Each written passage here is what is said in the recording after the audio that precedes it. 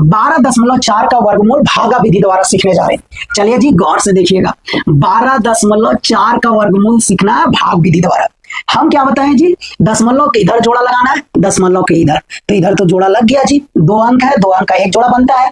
अब इधर अकेले नहीं होना चाहिए, इधर हमेशा 2 अंक। अगर 2 अंक नहीं पूर रहा है तो आपको क्या करना है, 0 बैठा देना। अगर 2 अंक नहीं पूर रहा है आपको 0 बैठा करके जोड़ा लगाना जी, जोड़ा लगाना। चलिए हल कीजिए, जब भी हल करेंगे इधर से जी, इधर से हल करना है। चलिए इधर से देखिए, पहला जोड़ा आपको मिल गया 12 जी, 12। अब आपको एक संख्या सोचना है जिसका वर्ग करने पर 12 आवे या 12 से छोटा आवे।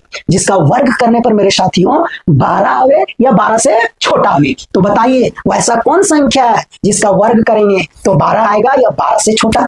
12 आएगा? कभी नहीं आएगा। 3 का वर्ग 9 होता है और 4 का वर्ग 16 हो जाता है। इसका मतलब शुरू होगा 3 से जी, यहाँ 3 लिखेंगे, यहाँ 3 लिखेंगे, यहाँ 3 लिखेंगे और बड़ी प्यार से एक लाइन खींचेंगे। अब ये दोनों को यहाँ गुना करके लिखना है जी, ये दोनों को यहाँ गुना करके लिखना है जी। 12 में से 9 गया जी, कितना 3, और नीचे हमेशा ये दोनों को जोड़ के लिखना है जी। अब दशमलव के बाद वाला जोड़ा उतारने जा रहे हैं।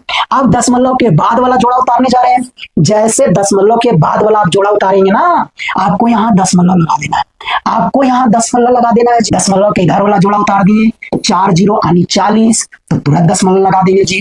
अब आपको सोचना है यहाँ कौन सा संख्या लिखें ताकि वही संख्या से ये दोनों में गुना करें, तो 340 या 340 से छोटा आना चाहिए। इसका मतलब कितना रखेंगे, 5, क्योंकि 32 34 से छोटा ना हो रहा है जी। 5 यहाँ लिखना है, यहाँ लिखना है, यहाँ लिखना है जी। बोलिए समझ में आ रहा है? बड़ी प्यार से लाइन खींच देना है जी। खींच दिए, अब गुना करो, 25 25 हो गया, 5 36 और 2 32 हो गया जी।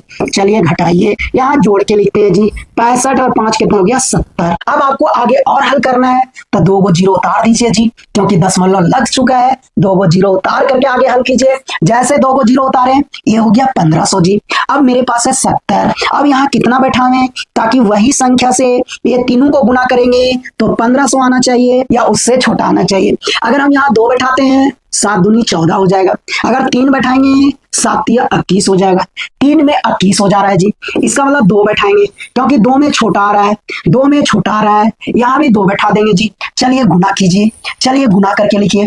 2 दूनी कितना हो गया, 4 हो गया जी, और 7 दूनी कितना हो गया, 14 हो गया। घटाइए, 10 में से 4 गया कितना, 6, 9 में से 0 गया कितना, 9, 4 में से 4 गया कितना, 0, केवल 96 बचेगा जी। यहाँ जोड़ के लिख दीजिए, यहाँ जोड़ के लिख दीजिए, यहाँ 2 लिखिए दिए जी। इसका मतलब 12.4 का कितना वर्गमूल होगा जी, 12.4 का वर्गमूल कितना होगा, 3.52।